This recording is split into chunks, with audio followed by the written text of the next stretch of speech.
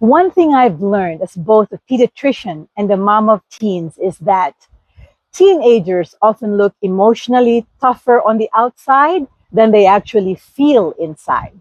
The eye rolls, attitude, and short responses, parents see disrespect, defiance, and distance. But underneath that, a lot of teens are stressed, insecure, exhausted, overstimulated, and trying very hard not to fall apart.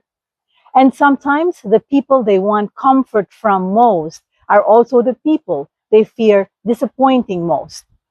So, what do teenagers wish their parents knew? Number four is more common than you think.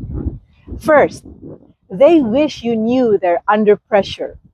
Teenagers often look emotionally tougher on the outside than they actually feel inside.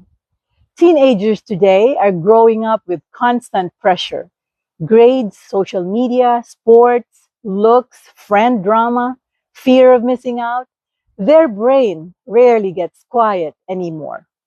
The American Academy of Pediatrics has repeatedly talked about how sleep deprivation, excessive media use, stress, and mental health concerns are deeply affecting adolescents. And parents sometimes underestimate how overloaded teens feel internally. They go to school, they smile and joke around, but a lot of teens are mentally exhausted. And exhausted brains become more emotional and more reactive, less patient, less motivated. And this matters because sometimes what parents interpret as attitude is actually overload. Second, teens wish parents would listen differently. Here's something teens tell adults all the time without saying it directly: I don't feel heard. And parents usually have good intentions. We're trying to help, protect, teach, and fix. But sometimes teens start shutting down because every vulnerable conversation quickly becomes a lecture, correction, or criticism. Your teen says, I'm stressed, and the parent response becomes, well, you need better time management. Or, I'm tired, and they hear, you shouldn't be on your phone so much. Now, technically, the parent isn't wrong, but emotionally, the teen no longer feels safe continuing the conversation. And when teenagers stop feeling emotionally safe, they start talking less. This does not mean let your teen do whatever they want.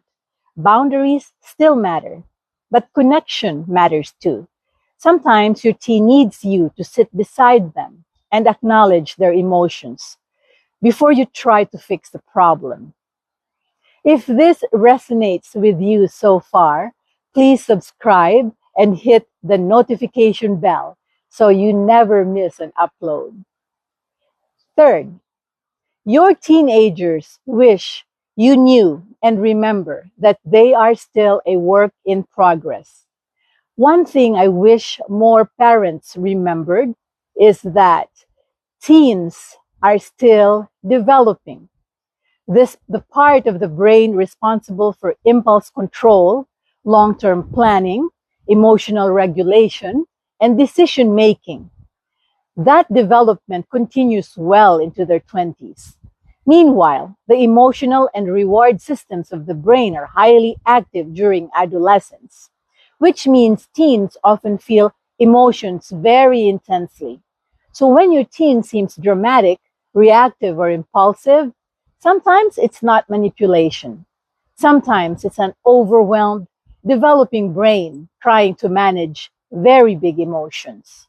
And no, that does not excuse hurtful behavior, but it does change how you respond. Because when parents only react with anger, things escalate further. But when parents stay calm and regulated, it helps teach teens how regulation actually looks. Your calm becomes their model. Finally, they wish you saw their effort. Many teenagers quietly feel like they can never fully meet expectations, especially high-achieving teens. Parents often focus on what still needs improvement: the missing assignment, the messy room, the attitude, screen time, the grades that dropped. But teens are deeply affected by what parents notice consistently. If most conversations revolve around connection, some teens begin feeling like they are constantly failing, even if that was never the parent's intention. And sometimes what teens desperately want is a simple, I see how hard you're trying. I'm proud of you. I love being your parent. Teenagers need reassurance more than they act like they do, probably more than they will admit.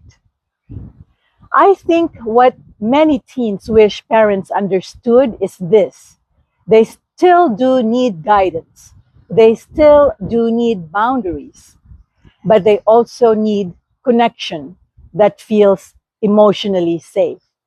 They need parents who stay curious instead of assuming, stay calm instead of escalating, correct behavior without attacking identity. There's a huge difference between you made a bad decision and you are a bad kid. Teenagers remember that difference. And honestly, some of the strongest relationships between parents and teens are not the ones without conflict. They're the ones where repair happens after conflict, where parents apologize too, where teens feel, even when we struggle, I still feel loved here. That feeling matters more than parents realize. If your teen feels distant right now, don't panic. Distance during adolescence does not always mean disconnection. Sometimes teenagers pull away while they are figuring themselves out, but they're still watching you closely, still listening, needing you, and still learning from you, even when they pretend they are not. And sometimes the most powerful thing a parent can say is, I know things have felt hard lately, but I'm here, I'm listening, and I love you no matter what. A lot of teenagers need to hear that more than parents realize. And if you know another parent struggling with this season of parenting, share this video with them.